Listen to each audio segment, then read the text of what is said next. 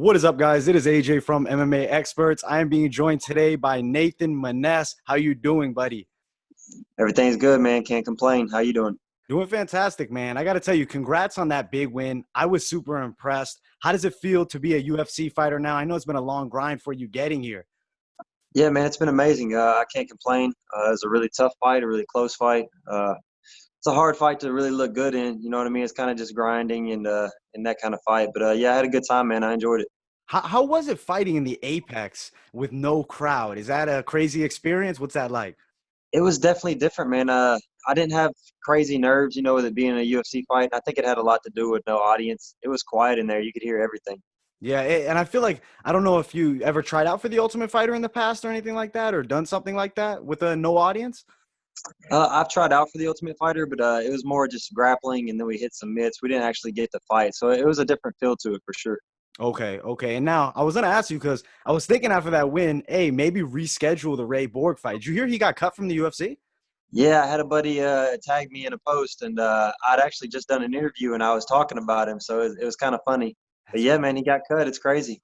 I personally don't think that was a good move on the UFC's part because I mean, if you look at Ray, yeah, he's had some issues to pull out of fights, but a lot of his issues are actually with his son. I know he's got some type of illness and things like that. Right. And I was hoping that you could fight him because I'm going to be honest with you, I picked you to win that fight against Ray Borg. I thought it was a better style matchup than your opponent that you fought. Yeah, man. We prepared for him. I felt really good about the matchup. As far as my length and height and stuff like that. I wouldn't say I've really been calling him out, but I mean, I'd have loved to have done the fight. You know what I mean? I think it'd have Yeah. been good for me. I think it would have, man. I mean, especially the height difference there. When I saw they booked that fight, I said, man, Nathan Maness, he's not known yet, but you were going to make a name on Ray Borg. I knew it. I had you winning that. I thought you could have stopped him, to be honest with you, man. But I guess maybe next time, maybe he'll earn his way back to the octagon. Yeah, man. I hope he does. I'd love to do it in the future. You know what I mean? We prepared for him. We feel good about it. Hopefully, we can do it. Is there any name right now that you feel like you want to call out? Anybody that you're looking at, or is the UFC offered anything? Yeah, I'm trying to fight Cody Durden. He fought on the same card as I did. He was the opening fight. I've tried to fight him a lot locally. He's from Atlanta. I'm from Kentucky. We're not too far away from each other. Something's always come up. He's chosen a different guy or something like that. You know what I mean? So, yeah, I'd love to have that fight if he wants to do it. Yeah, no, I think that'd be a fun matchup. What about Gutierrez, who he drawed with? Because that fight was weird. First round, 10-8, and then Gutierrez wins the next two. Call it a draw there, especially under the new scoring system. Yeah, man, it was crazy. I actually only got to watch the last two rounds, so I thought Gutierrez had won. I didn't. I missed the first as I was warming up, so I was surprised to hear a draw for real. Yeah, same, man. Honestly, I didn't know because the 10-8s, I mean, it seems like for years, especially growing up watching the sport when I was younger, it's not that common to see a 10-8. But now I think they're starting to be more common. If you dominate on the ground or on the feet, they're going to give you a 10-8 round, which I mean, kind of puts you in the hole if you're going into rounds 2 and 3. So then it Right. makes me think, are we leaning towards possibly every fight being 5 rounds one day? I'm not opposed to that idea. I don't know about yourself. Yeah, and speaking on the Gutierrez fight, I think he dropped Cody twice in the third. So I mean, That I could have been kind a of agree. 10-8. Right, right. That's what I was getting at. If the control is going to be a 10-8, then actually doing damage and dropping somebody should probably be a 10-8. So I agreed with him. I think he probably won that fight. But yeah, as far as 5 rounds go, we're always training, 10 to 15 rounds for a fight, man. 5 rounds is no problem for me. I think I had 2 more rounds in me just training 9 days for this fight. Oh, dude. I mean, I went back and watched. You fought Taylor Lapis. I believe that was a 5 round fight. Made it to the fourth, whatever happened there. I think you look really good in your debut, man. I was impressed. I'm excited for what's next, man. And you are also in like the hottest division at bantamweight. Everybody's there, man. Everybody. Sean O'Malley's blowing up now. I mean, Piotr Jan is the champion. Yeah, man, it's a stacked division. It's a bunch of killers, man. I'm excited about it.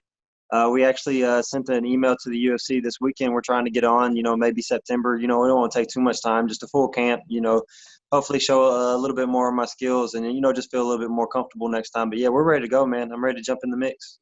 Yeah, and your last fight, let's be honest, your opponent, as you said, is a tough style matchup. He makes you not look good because he's gonna Right. hold, he's gonna put you up against the fence. He's a grappling based guy. He's Yeah. not there to stand up, to strike. And I know you can do it all, but your preference is striking, at least from the footage I've seen.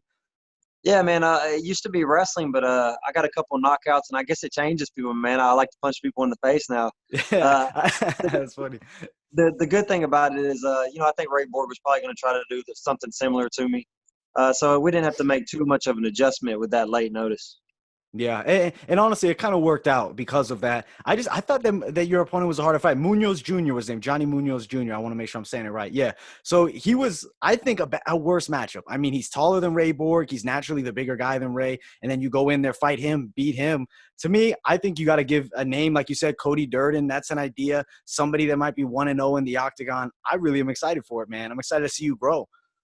Yeah, yeah. I think he just was a lesser name, so I mean, it was just a little bit more dangerous fight. You don't get quite the same kind of praise like if I'd have went out there and fought Borg. But yeah, I mean, I think it was a harder stylistic matchup. He was really, really good on the ground. You could just, you feel a difference in there. Oh yeah. And as far as the fight goes, every time I got close to him, man, he was wrapping me up, which I understand. That's how you fight. No disrespect to him or anything. But hopefully maybe somebody that wants to come and throw next time, man, we'll put on an exciting fight. Maybe get a bonus. That would be good. I wish I had the full rankings in front of me. I'd throw some names at you, man. Off the top of my head, I'm going blank right now. So Yeah. how did you? I want to get a little backstory on you, just for the people watching. So how did you get into mixed martial arts originally? I think I was about 15 years old, it's been a long time now, man, getting old. We watched the GSP fight. He turned out to be my favorite fighter, man, and me and a bunch of the boys, we kind of started like a little fight club on Saturday mornings, man. We would Yo, just come meet outside in the grass. I mean, we'd beat each other to death. And I eventually met my coach and started training, like an actual serious fighter. And man, it's never stopped. We just kept it rolling all these years. dude, that's fantastic, man. And you made your pro debut in what year? I think 2013, Okay, so 2012, 2013. It's been 6 or 7 years. oh wow, so you've been in this game for a while now. I mean, 12-1 now is the record. Oh, we lost you there, man. Yeah, yeah. There we go. My, No, you good, bro. can You you back. hear You me? back. Yes, sir. I see you now, man. Yeah, yeah. But that's an Yeah, interesting 12, start, 12 man. and 1 professional. Yeah, yeah, yeah. It was kind of crazy, man.